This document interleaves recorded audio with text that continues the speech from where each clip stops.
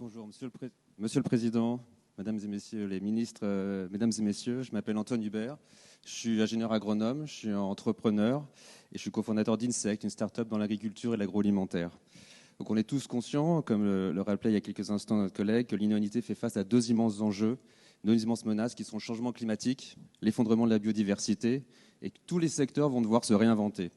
Les premiers d'entre eux étant l'agriculture et l'énergie, qui sont les premiers contributeurs, aussi les premières victimes de ces changements.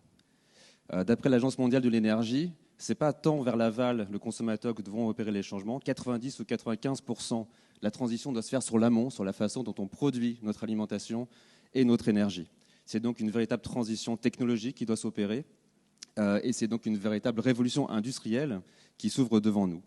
Les précédentes révolutions industrielles, comme on voyait à l'écran juste avant, ont été souvent menées par les nouveaux entrants qu'on appelle aujourd'hui des start-up. Donc l'enjeu aujourd'hui, c'est en agriculture que l'agriculteur travaille main dans la main avec les start-up, ce qu'on fait avec la ferme digitale, mais c'est aussi dans l'industrie, c'est la construction de centaines d'usines très high-tech, qu'on appelle 4.0, qui seront portées en grande partie par des start-up dans les prochaines années, dans cette décennie qui vient. Pourtant, de nombreux verrous existent encore pour permettre ce déploiement. Et croyez-moi, avec notre projet phare de ferme verticale à Amiens, on en a essuyé des plâtres. Mais comme le soulignent des rapports récents du gouvernement, les clés du succès sont là pour une nouvelle industrie forte, pour une grande souveraineté française et européenne et pour plus de compétitivité et donc plus d'emplois.